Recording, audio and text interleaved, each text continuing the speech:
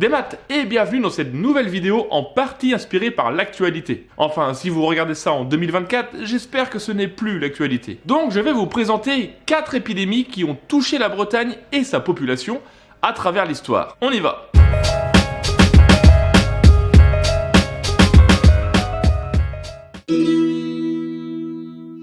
En 1832, 2 ans après la Restauration, une terrible épidémie de choléra parcourt la planète. D'abord apparue en Inde en 1826, elle est attestée à partir de mars 1832, donc, à Paris. Mais le 9 mai, un premier malade arrive par diligence à Quimper. Il est alors tout de suite conduit à l'hôpital, où il décédera rapidement. Mais ses compagnons de voyage, ainsi que le cocher, vagabondent librement dans la ville. Un premier foyer est trouvé dans une écurie insalubre où 3 malades gisent là, comme abandonnés. Puis l'épidémie s'étend. En 4 mois, il y a 400 infectés, dont la moitié qui ne survit pas. Au mois de juin, Brest est touché, les hôpitaux sont débordés et 80 personnes décèdent la première semaine de juillet.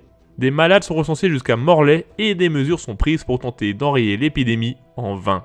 Des charlatans proposent des remèdes miracles, tandis que des hommes d'église y voient un châtiment divin. Mais qu'est-ce que le choléra, plus précisément? Il s'agit d'une bactérie, originaire semble-t-il d'Inde, que l'on peut attraper par ingestion. Elle provoque des diarrhées qui entraînent une déshydratation rapide et donc la mort si ce n'est pas traité. Elle se répand rapidement dans des lieux insalubres où l'hygiène est peu présente et peut se transmettre à travers la nourriture, l'eau et même la sueur. Celle qui touche la Bretagne et la France dans son ensemble s'arrête en novembre 1832. On compte en tout 3018 décès sur 7375 malades en Bretagne et environ 100 000 victimes sur l'ensemble de la France, et tout ça en un peu plus de 6 mois. La variole est un virus qui se transmet par voie respiratoire ou par contact à partir des lésions qu'il provoque. Ses symptômes sont fièvre, nausées, vomissements, puis éruptions cutanées qui évoluent en pustules, oui c'est dégueulasse, qui peuvent provoquer la mort par surinfection bactérienne. Ce virus a toujours plus ou moins cohabité avec l'humain, puisqu'on y retrouve des traces durant l'Antiquité, le Moyen-Âge, et un peu partout sur la planète grâce à nos déplacements. Mais revenons à notre épidémie. Alors que la guerre avec la Prusse éclate, la France fait face à une épidémie depuis 1865, principalement à Paris. Mais le 7 mai 1869, un chanteur de rue ambulant italien est admis à l'hospice de Vannes pour variole. Il y meurt le 16 mai. Et rapidement, les sœurs qui se sont occupées de lui, ainsi que plusieurs autres malades, déclarent les symptômes de la maladie. L'infection est lancée. En 1870, des cas sont recensés à Lorient, Brest et Landerneau. La guerre ayant éclaté, elle est propice à l'épidémie. En effet, le mouvement de soldats, les concentrations dans les hôpitaux, tout est réuni pour une propagation rapide. Il y aurait eu officiellement 23 000 morts de la variole dans l'armée française. Ce qui permet de rappeler que les épidémies ont souvent joué un rôle crucial dans les conflits et leur résolution. Dans le seul Morbihan, il y a 3112 morts en 1870 et au moins autant dans le Finistère. Puis 2900 en 1871 et 205 en 1872 pour le Morbihan. Alors je parle du Morbihan parce que c'est le plus touché par la maladie et le seul bien sourcé sur cette épidémie. Sur l'ensemble de la France, fin 1872, il y aurait eu 90 000 décès, dont 8187 dans le Morbihan et probablement autant dans le Finistère, sans compter le reste de la Bretagne dont je n'ai pas trouvé les chiffres. Mais le pire dans cette histoire, c'est que le vaccin existait depuis 1796 et était relativement démocratisé en 1870. À partir de 1820, des campagnes de vaccination sont mises en place, mais boycottées par certaines autorités religieuses. La vaccination sera cependant obligatoire à partir de 1902, et la variole sera confirmée éradiquée en 1979. D'ailleurs, la dernière épidémie en France est apparue à Vannes en 1955 et a causé la mort de 20 personnes.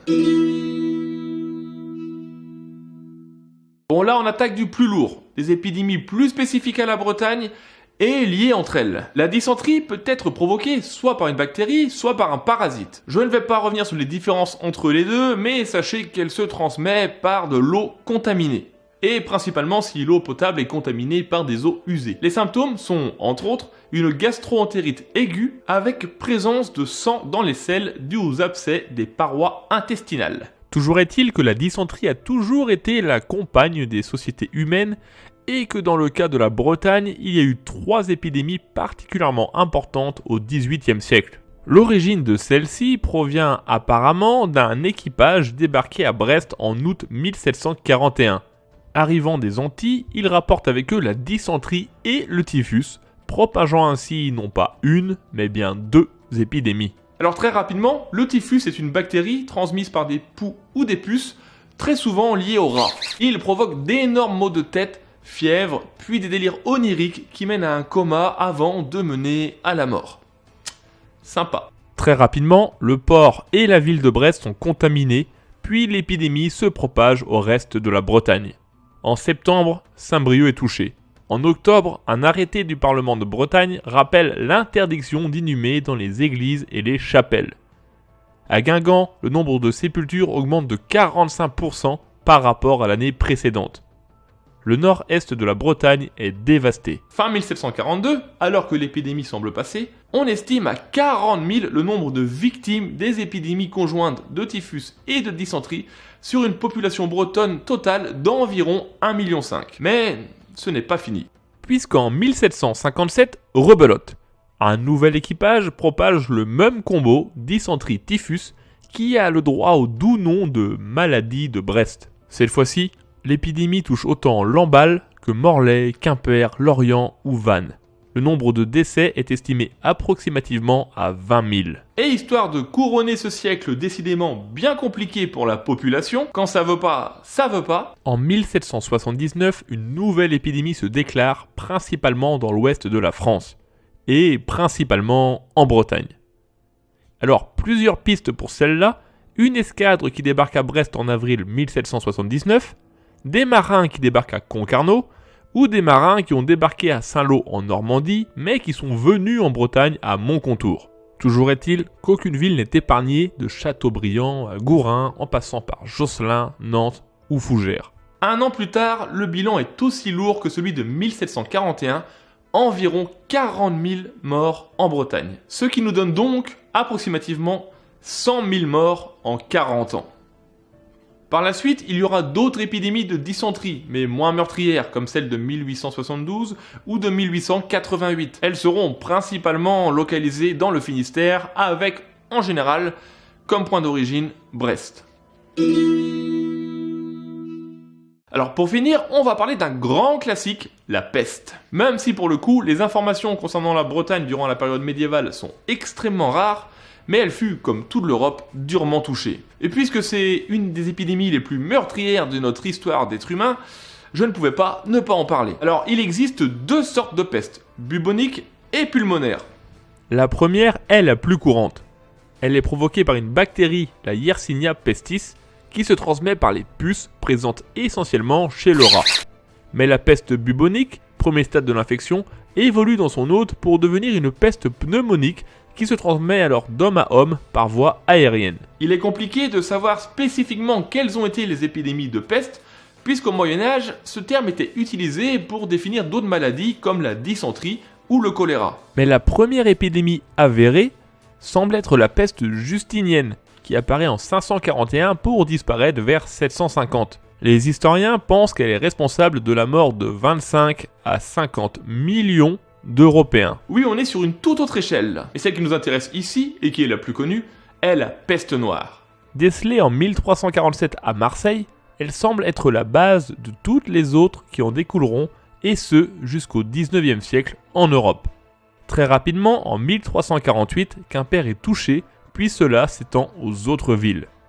C'est lors de cette épidémie que les premières mises en quarantaine apparaissent. En 1352, soit au bout de 5 ans d'épidémie, un tiers de la population européenne a disparu. Soit entre 25 et 30 millions d'habitants sur un total de 75 millions. Mais, si elle semble moins généralisée par la suite, elle refera des apparitions sporadiques en Bretagne, principalement à Nantes et Quimper, jusqu'au XVIIIe siècle. Pour l'anecdote, en 1623, le secteur d'Auray est touché.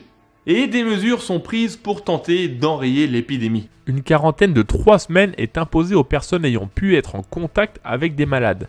Les chiens errants sont abattus et les rues sont lavées tous les jours. Ce qui va marcher pendant 7 ans. jusqu'à ce que l'épidémie redémarre à Pluneret et Brandivy. Les mises en quarantaine et toutes les dispositions prises au fil des ans ont permis de faire reculer la bactérie, mais sans jamais réellement la vaincre. Et même si aujourd'hui, grâce à nos modes de vie plus propres, nous n'avons plus affaire à elle dans nos pays, elle réapparaît occasionnellement ici ou là. La petite bactérie Yersinia pestis est approximativement responsable de 200 millions de morts dans le monde depuis l'Antiquité. Il y a toujours eu des épidémies dans l'histoire, et lorsqu'on se penche un petit peu sur le sujet, on se rend compte qu'elles étaient très fréquentes jusqu'au milieu du XXe siècle. J'aurais également pu parler plus longuement du typhus, de la grippe et d'autres joyeusetés virales. Mais on remarque aussi que la Bretagne fut particulièrement touchée au XVIIIe et XIXe siècle, et pour cause. La population bretonne est alors en pleine explosion démographique, et une grande partie vit dans la pauvreté. La surpopulation, l'absence d'hygiène et les conditions insalubres sont le terreau parfait pour le développement d'épidémies, et ce, encore aujourd'hui. Et on a tendance à oublier qu'une période sans épidémie semble être l'exception à l'échelle de l'histoire. C'est fini pour cette vidéo grandement inspirée par l'actualité, et j'espère qu'elle vous a plu. N'hésitez pas à commenter en dessous pour rajouter des informations, ou me corriger sur peut-être des erreurs que j'ai pu faire sur ce domaine médical dont j'ignore beaucoup de choses, ou tout simplement donner votre avis, à partager autour de vous, sur les réseaux sociaux. Ça fait toujours plaisir. Et vous pouvez également me soutenir sur Tipeee si vous voulez aider financièrement à la chaîne. Et j'en profite d'ailleurs pour remercier toutes les personnes qui le font. Je mets votre nom dans le générique d'ailleurs, juste après. Et sur ce, je vous dis Trugaré à Kenavo. Et lavez-vous les mains aussi, c'est important.